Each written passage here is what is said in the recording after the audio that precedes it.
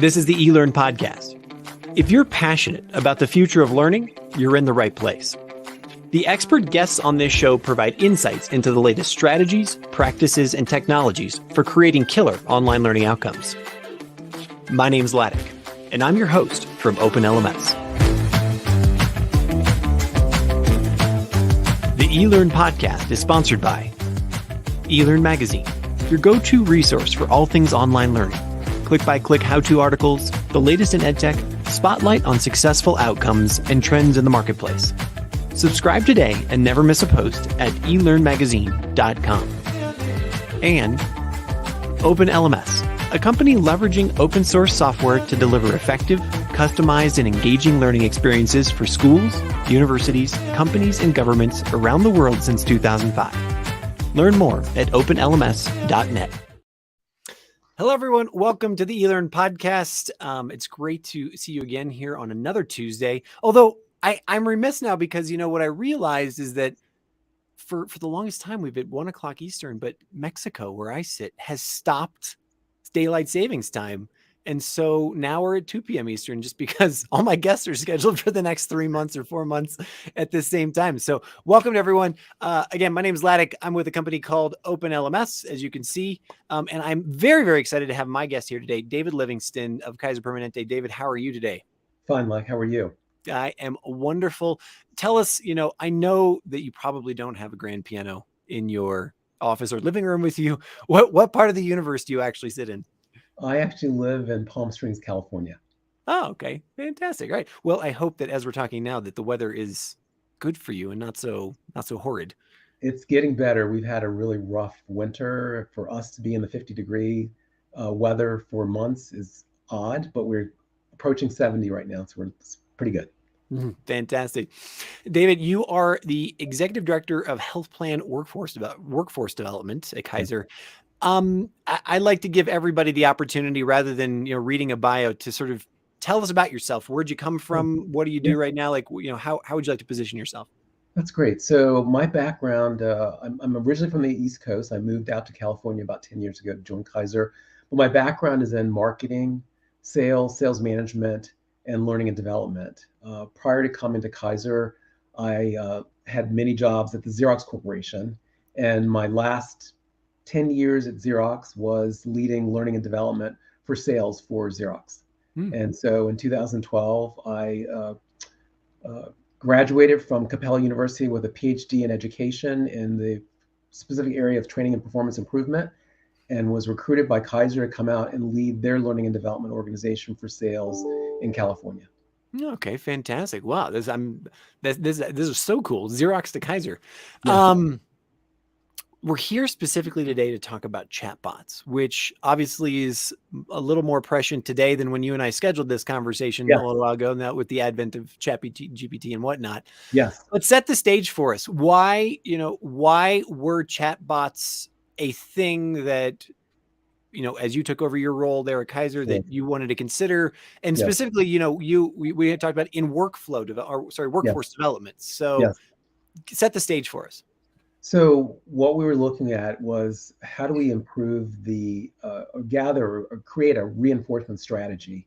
We all know that when we're in a learning space, we're teaching, we're having experiences around a topic and really trying to get people to grasp and retain critical information. And typically in this space, people have knowledge gaps, they have skill gaps, motivation gaps, environmental gaps, and communication gaps. And we were trying to figure out in all those areas, how do we actually build a strategy that's going to close those gaps?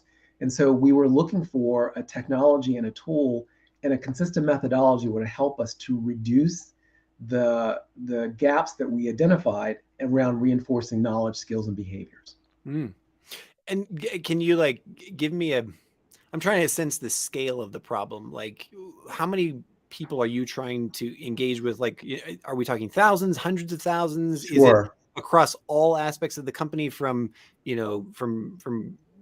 pharmacies to, to doctors to whatnot, or like what's your wheelhouse? Just really good to narrow it down because Kaiser is over 225,000 employees. So I do not have responsibility for the Come 225,000. on, David, you can do it. You got a PhD. I Anyway. have a smaller chunk of the population. It's about 2,000. And so I specifically target the sales and account management underwriting populations, which sell and market our services to our clients, brokers, and customers. So that population is much smaller. So what we're going to talk about today is a reinforcement strategy to support a specific program that we deploy, supporting our managers around coaching. So the overall idea was to develop a reinforcement strategy, and how to do that was to actually use a particular software and tool to help us close that gap around reinforcement.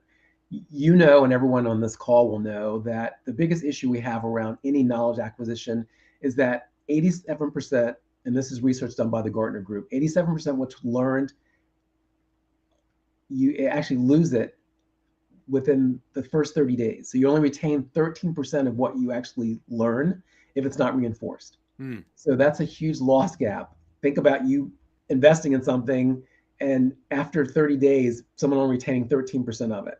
But believe me, I've experienced this recently myself, where I had a colleague show me a process, or here at Open LMS. I literally wrote to him the next day. I said, "Look, I am sorry, but none of that stuck. None of it at all. I'm like, please make me a Loomly so that I can, figure it out." Anyway. Well, it's even worse when you go to a presentation. That's a whole different conversation, because we actually have done some research around retention of presentations, because as salespeople, the most important thing is for them to get their message across and so that people can take action in their presentation. The problem is typically when you give a presentation, people are not focused on what's really critical. And so when you leave that presentation, if I'm not specific on what I tell you, what I want you to remember and retain, you're going to remember random things that have nothing to do with you're going to remember the temperature of the room, or what you had for lunch, or, hey, how come Cheryl didn't show up, or that. You might remember a picture on the screen that you saw that was really interesting, but that's not what I want you to remember. Interesting. I need to physically focus on the critical things and repeat them several times through that presentation. So at the end, and then I need to ask you at the end, when you ever seen at the end of a presentation, you see someone says, "Thank you." Guess what you're going to remember when you left out of the presentation? Thank you. Absolutely. 100%. That's not the message you want to leave with. So this is all going to the point of reinforcement is critically important, and how can we do that in a way that's going to help people retain and be able to perform better on the job. This is not my conversation. Like, this is not, you're not interviewing me, but you just struck a huge memory in me, in that when I was in 4th grade, the band teacher said, he said, "Look, there's 2 things that people remember at your concert. The first note and the last note. Those are the 2 things that they remember. Everything else in between it's beautiful, and but those are the 2 things that they remember." So there you go. Interesting. So what your teacher, what he gave you was really, if you think about the neuroscience around it, it's really what he was ahead of his curve back then. Yeah, absolutely. Yes. So talk to me about, reinforcing. So it sounds to me like you're trying to train your sales force about how to reinforce their message to the people they're communicating to. So it's almost like that your strategy is then something that they then need to implement as well. Do I have that correct?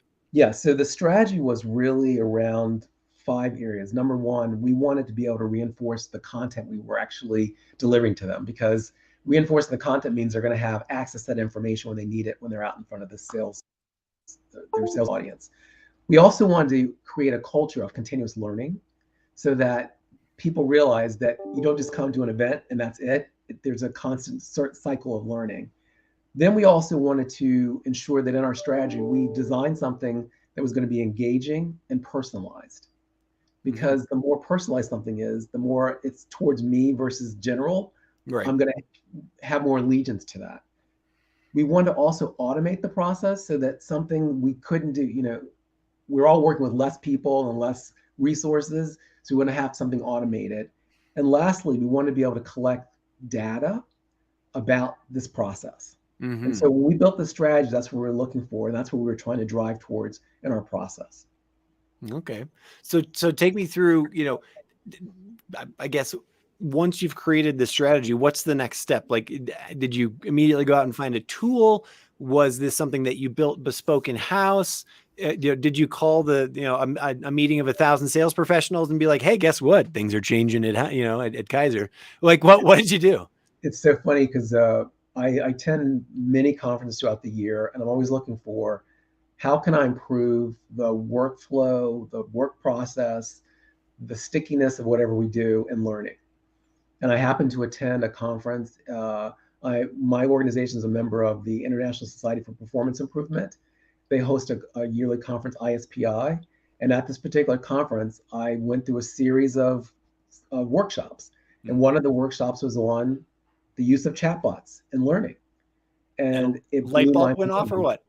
Yes, a light bulb went off. And literally at this meeting, they were talking about using chatbots as a reinforcement strategy. I'm like, problem, answer. Now let's, so as I'm going to call you out here a little bit. Like, so Yes. you got a PhD. It's fairly not fairly recent. You've got decent amount of experience. Does the term chatbot in terms of technology and implementation, does that cause you anxiety, or you just like, look, I got a team, they can take care of this, or you're like, look, I can throw this together, no problem? No. So the one thing that we all have experienced chatbots, and so the one thing that we all have experience with is negative reaction to chatbots, because most of us in our lives have interacted with chatbots. Oftentimes when you're a consumer and you're engaged with a company and you're online, oftentimes you're not talking to a live person, you're talking to an automated chatbot. Mm-hmm. And so that engagement for some people has been positive, for many it's been negative. So that was a concern that I had when I first heard about the technology. Can I ask you to do a little bit of research? Maybe this is your next paper that you write in that. Yes. How many people experience chatbots either for the first or second time, or their experience with a company is in one of those times when they need a critical problem solved, and then that ends up becoming a super negative experience, right? Because like you go to a company to ask for help when it's like, hey, I need to change my credit card, or I got billed wrong, or something's not working, and the first thing that you run into is that. Yes. Oh my Lord, somebody needs to publish that paper immediately. Yeah, and so what you just talked about was one of the things that we had to make sure of, that when people were engaged with our chatbot, they didn't have that reaction. So what that means is the company's not really maintaining and monitoring the chats that are coming back and forth. So in that situation, in our process, when someone sends, let's say you ask a question that has nothing to do with the chat conversation, we flag it. It gets sent to us automatically, and we know, and we can respond back to that individual. It might not be as quickly as we'd like to, but we will respond back. So the person's question or inquiry doesn't get lost in the process. But most of the time, if you think about, if you've engaged with an online chatbot, when you ask that random off-kill question, the system doesn't know how to react, and it will start giving you miscellaneous information that has nothing to do with what you're talking about. And then that's what frustrates you as a user.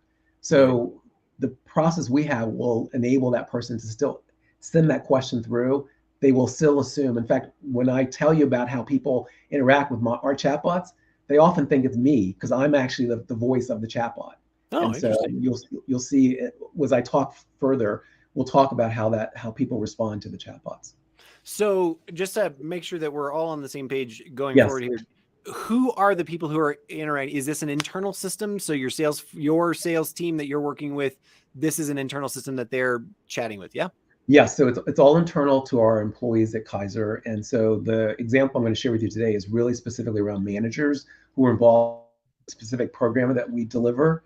But I also use these chatbots, and I'll just give you a little bit of a preview. We also use it as a communication tool in my department. And so I'll talk about that as well.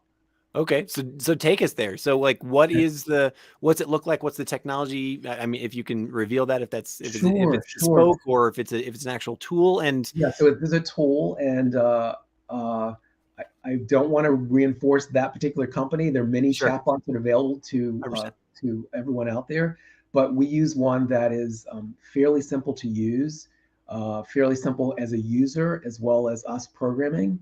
My staff went to a day class online with the vendor to come up to speed, and we've had very little intervention from the vendor since that start of this process. So it's fairly simple to program. The key that we found in the process is the logical conversation around when it's almost like a learning tree. So when you send out a chatbot, you have to think through logically, what potential responses would there be based on the question you're asking? So that's the most intricacy of that process, is to think through the logics behind the questions that you ask. Once you get that down, it's fairly simple. If I ask you that today, what color is the sky, and most likely the response would be blue, but it could be cloudy, it could be sunny, right? So you just have to think through that process. But we have gotten down to a science of how to do that when we prompt questions. And normally they're around a specific topic. And so they're not yes or no, but very seldom do we leave open-ended. We sometimes do open-ended questions, but typically they're focused on a specific topic we're trying to gather or trying to reinforce something in something they've learned. So it's a little bit more specific. So when you started with this tool, did you say, okay, look, here's one outcome that we want to achieve with our sales force, and then let's build out the branch and build out those scenarios and whatnot, and then you moved on? Or was it more of a strategy like, here's 5 outcomes and you did it all at once? Or like what was your method of madness to create some success there? So the method of madness was, I mentioned the strategy had those 5 elements, which were very important. So the tool itself was, well, first off, we wanted to test it. We wanted to see what kind of engagement. So we did a pilot with a small group of individuals in this particular program. So the program we selected is our coaching program. We use the GROW model. Okay. And the GROW model is allows us to teach a process to our leaders around how to conduct a coaching session, right? It's goals, reality, options, what's next. Okay. So they use that process to get through but in teaching them coaching skills and in coaching methodology, we wanted to reinforce once they leave the program. Remember I talked earlier about that 87% loss? Oh yeah, 100%. We wanted to reinforce. So the chatbot would allow us to send out reinforcement tips, videos, PowerPoint slides, anything we thought that could trigger them in response to reinforce some of the knowledge, skills, and behaviors that we taught in the program. So that was the reason why the chatbots were there, to help follow up with additional reinforcement resources and prompt them for knowledge checks post the learning intervention. And so it's interesting because most people think chatbot, hey, I have an issue. Yes. I'm going to go to the wherever that chatbot lives, and I'll start to, I will investigate and then hopefully arrive at the outcome of solving my issue or getting the knowledge I need. But it sounds to me like you have a two-way street where people can do that, but then also you're doing the, retrieval practice and whatnot, that you're prompting people as well. Is that correct? Absolutely. So the chatbot, as you think about it, when we talk about it in the consumer realm, it's kind of like you're inquiring a question and you're getting an answer. In this particular situation, we're actually pushing information out as a resource and then oftentimes prompting them with a question around that topic or area of interest so that we can get a response from them. So it's a good way because, number one, it's a soft way to introduce a question to someone. Everyone has, the population we're working with all have Apple devices, all Apple phones. So iPhones, so they all have access to using that network. And so it's easy. We all have the ability to chat. We all chat at work through various means. So it's not a foreign process. Right. So to receive a chat from the learning and development group, and what we did to make the chat bot more personal, because remember I talked about personalization, we created an avatar. So the chat bot, so we talked about the program is called GROW Coaching. We created an avatar called Coach Grover.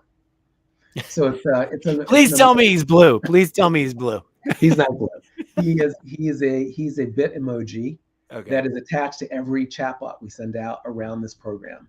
And so when you think about the program, you think about Coach Grover. He shows up as this person, as this avatar, and people can relate to the avatar. If I sent you a blank text, could I still get across the message? But it wouldn't feel personalized. So the Coach Grover emoji changes. Every time he's being delivered out to you, he's in a different, physical shape, color, right, emotion. And so that personalizes the message. Not only the static message I'm sending, but also the emoji makes a difference. 100%. So just to get a little more clarity on the reception of messages is, again, we don't have to name, label or anything like that, but is this being delivered on mobile devices? Is this only like when I'm sitting at my desk, in front of my laptop? Like, I can get a text anytime. And whatever your corporate chat system is, like it can show up there. Yes. So the beauty of the program is that it works, and I can't articulate all the different avenues. We have at Kaiser use Teams. So we can communicate via Team, we can communicate via Slack, Yammer. We can also communicate via our Apple phones through text messaging. So those are the vehicles that we use at Kaiser. So you have this, light bulb moment at a conference. You come back, you engage a company, you get a test case up and running. Yes. What were the hiccups? What were the challenges? What were the things, how did you fall on your face to kind of need to, reiterate or retool or figure out? Yeah. So the most important thing was the amount of messaging being sent out. So we initially started with, it was a 4-week test. And so we went with approximately, in that 5-day work week, we would send out maybe 5 to 7 text messages a week. Mm-hmm. And guess what we found? It was a little too much. People didn't respond. People were like, Grover, get out of here. Yeah, get out of here. So we actually took that from 5 to 7 down to 3. Okay. 3 was sufficient enough to engage with people over the course of that 4 weeks and to remind them and to give them resources. So that was one of the things we did find out right away. We actually followed up with the test audience to understand, what did you like? What did you like about the content? What did you like about the number of times we delivered the content to you? And so they were able to give us feedback about that. And so that's where we landed. They love the use of the tool. They love the use of the chat. They loved Coach Grover. They were engaging with Coach Grover. What they didn't like was the number of times we were sending out the chat messages. Sure. Is there any way that you are able to, did you ever get that comment where it's like, wow, Grover showed up, right before I had a one-on-one and, I had this coaching moment, so I knew what to do.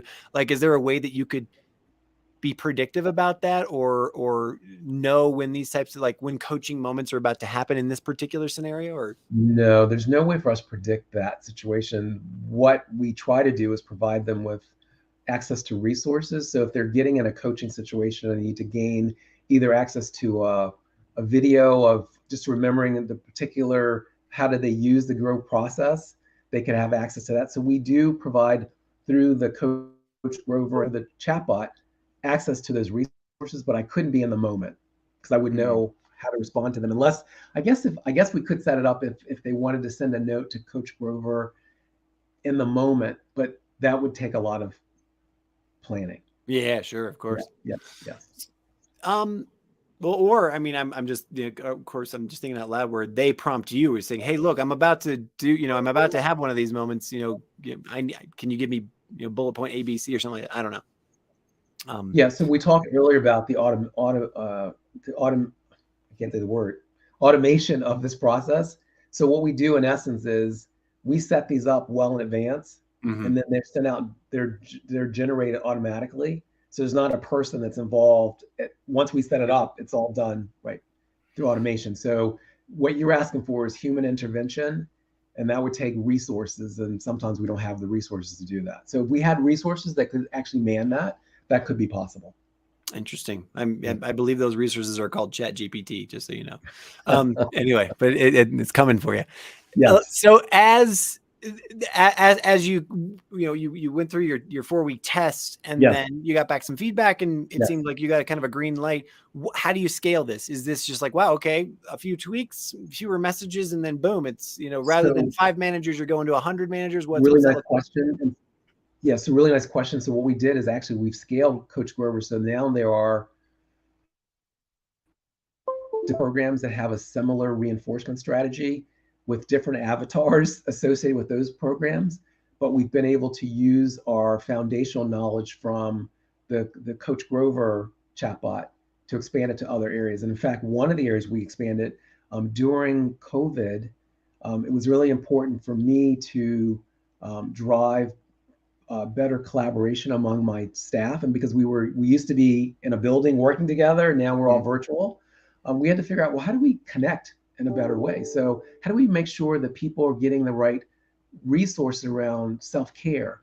So I created a David Livingston chatbot that is a weekly chatbot out to my staff. We did it weekly throughout COVID. We're now only twice a month. But what it was a way for me to connect with my staff in a meaningful way, to check in on them, to make sure they had access to the right resources around self-care and motivation and all the things we need over the last 2 years. And that chatbot is still being used today because I still need to communicate and check in. We just sent one out the other day. It had to do with the fact that we're almost to spring break and people are going to start taking vacation. I'm trying to prompt people to take time off, to spend time with their family and friends, to take a break, because the first 3 months of the year are normally very chaotic and hectic. So you said a word in there. So you created this chatbot so that you can be more present, right? So basically you're scaling yourself. Yes. Can you be a little more specific? So you're prompting them either to do something, or are you actually getting these responses and then, I am. So like for instance, a couple weeks ago, we wanted to know what people were doing for self-care. What was their number one self-care process? What were they doing? What did they read? Did they take walks? Because we were just trying to assess the organization. So believe it or not, which is just hard to believe, we've been doing this for almost 3 years. People, when that chatbot comes out from me, they think it's actually me, and they respond to me as though they're speaking to me, David Livingston. I'm speaking to a tool. I'm not the tool. Now, I do see the output of the tool, but people respond to me. And sometimes I personalize. I'll send them a picture of what I did over the weekend, and they'll respond back, here's David, here's what I did over the weekend. But again, it's not me personally. It's an automated tool that's responding to them in a fashion. But it does create collaboration and connection. Oh yeah, 100%. So as someone who may be in a similar position as you, or who's thinking about using a tool like this, I could see in the back of their mind, they're like, wow, this could get kind of overwhelming, especially as, you're talking about 1,000 staff, people maybe have more. Yes. How do you manage this process so that it doesn't, eat up your entire day every day, and you're not just sort of caught in chat rooms and those kinds of things? Yeah. So depending on the program, there's a team of folks within my department who actually manage those programs and their chatbots. And remember, they are planned well in advance. We know when the class is starting. We know when it ends. We know. So that's a little bit easier to do.